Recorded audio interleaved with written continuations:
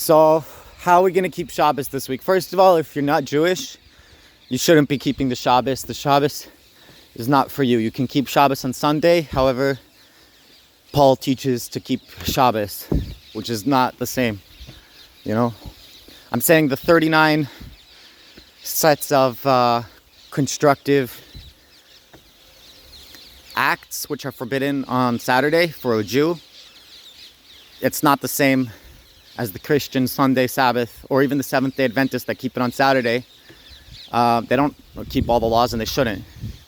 I'm saying even in the Bible, if someone who's not Jewish keeps the Sabbath, they get the death penalty. So I'm just saying this is not for anyone besides Jews. But if you're Jewish and you want to keep the Sabbath with me, we're going to keep the Shabbos this week. Here's how we're going to do it. Fire, you got to light before Shabbos. So I'm going to do my best, and you got to do your best. Go get a candle that stays lit for at least 24 hours. They sell these candles specifically for Shabbat. You get a candle for holidays and stuff. Get a candle that's going to last 24 hours. I would say light 2 of them in case one goes out. You'll at least have a backup one. Anyways, you're supposed to light 2 candles for Shabbat. So first step is go out and get candles. When you're going to smoke on Shabbat, make sure you don't put out the fire. So have somewhere where you can safely put down your cigarette without having to put it out. Okay? That covers cigarette smoking. Now what about your phone? Your phone, I'm honestly not sure what the problem is and the potential issue. I know my aunt is an Orthodox Jew, and her husband, my uncle, is an Orthodox Jew. They use their phones on Shabbat. But that's because they work for the emergency services. One of them is a dispatcher, and one of them is the medic. Oh my God, fox? Is that a baby fox? Is that a baby fucking fox?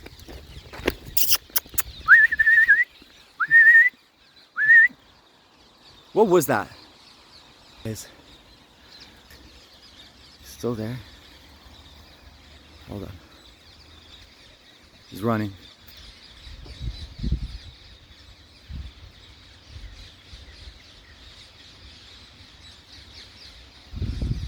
I don't know what that is. Is it a jackal? Anyway, in terms of the phone, I really don't know what the issue is with using a phone. Like I said, my uncle and aunt are Orthodox Jews. They're both on their phone on Shabbat, but that's because they're involved with saving lives. One's an EMT going out, a medic, whatever. Paramedic, I don't know what it's called, and one's dispatching. But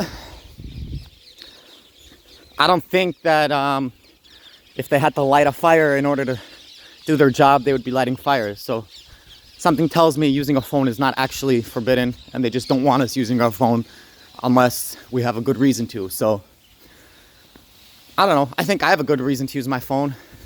It distracts me, keeps me in touch with my family, which is important. What the hell is going on here? What the hell is going on here? What is going on? Yo, who took out the sprinkler? Yo. Yeah, so listen, for using your phone, I don't know, maybe the potential problem is like you're building a circuit somehow, but I don't know how that works. So God willing, we're going to figure that out before Shabbat. I'm going to try to, I don't know, if you see this and you can enlighten us about what the potential issue is for using your phone on Shabbat and how to get around it, let me know. I once heard they were working on an app that you can download and you can use your phone on Shabbat. It overrides the system somehow, and now it's kosher for Shabbat. I have no idea how that works. Again, I don't know the potential issue of using your phone on Shabbat. What's the issue of using your phone on Shabbat? I really don't know how a phone works. I'm also not super familiar at all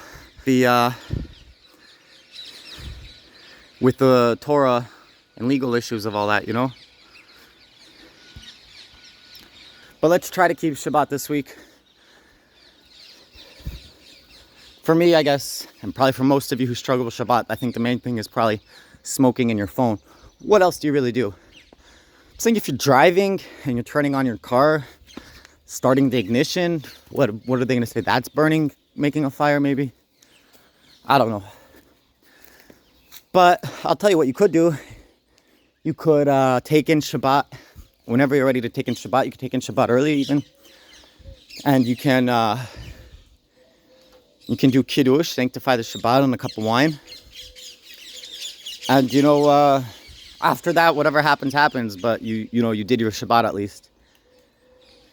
Also, you could try to do everything with a Shinuy. So this is a really important point. That anytime there's a biblical commandment that says you can't do something, if you do it in a way that's not the normal way of doing it, you don't violate the actual biblical prohibition. So, I don't know, if there's like a normal way to light a fire, and you do it like not normally, like, I don't know what constitutes an actual change, but let's say I light my cigarette like, see, it's hard to do. That's probably considered a change because it's difficult to do, I don't know. We have to ask. I don't even know who to ask, though. No one wants to talk about these topics. But if you do something not the normal way, you don't violate the actual biblical prohibition. You do violate the Rabbinic prohibition, which is just as bad, but it's different. So, like, if you violate something by mistake, if it's a biblical commandment, you have to bring an atonement offering. Whereas if it was by mistake, but it was a Rabbinic prohibition, you don't have to bring an offering. And why not? The difference is because when you violate a biblical prohibition, the thing itself was wrong. And you have to fix that and rectify that. Whereas if you violated a Rabbinic commandment, the thing itself is not wrong. The problem is that you went against the rabbis. But if it was a mistake, if it was an accident, you didn't go against the rabbis. You have nothing to rectify.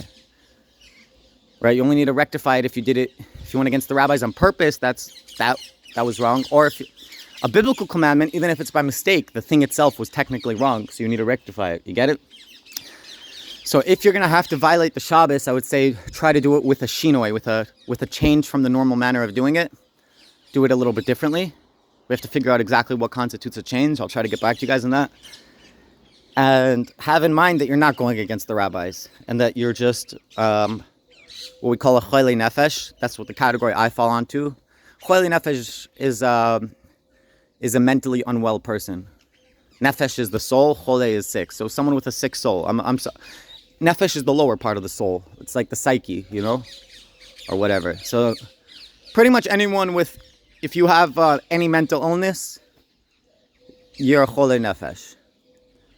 So I'm just saying, have in mind if you have to violate a commandment, first of all, don't do it the normal way. Use a Shinuy, which is, again, doing it a different way than one would normally do it. This way you're not violating the Bible.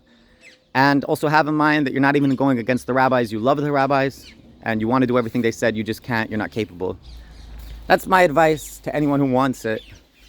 I'm not telling people who already keep Shabbos the proper way that they should downgrade their Shabbat. I'm talking to all the people struggling out there that wish they could keep Shabbos and they don't know how to start. This is how we're going to start together, this Shabbat. We're going to keep Shabbat. Also, if you can, go and get, I said go get 2 candles that last 24 hours each, right?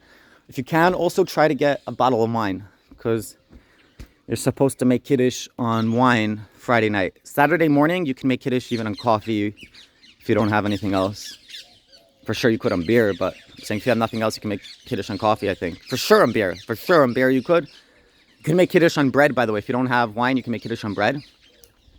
The best, though, is to have wine. If you want to go beyond that, yeah, you should make yourself a proper meal. You should have 2 loaves of bread, you should have fish, and you should have meat. But that's really, really all extra credit, in my opinion, from what I understand. The main thing is you should really have wine. So, let's try to get candles for Shabbat. Let's try to get wine for Shabbat. Everything else is extra credit. If you have extra money, go for it, All right, Shabbat Shalom, y'all.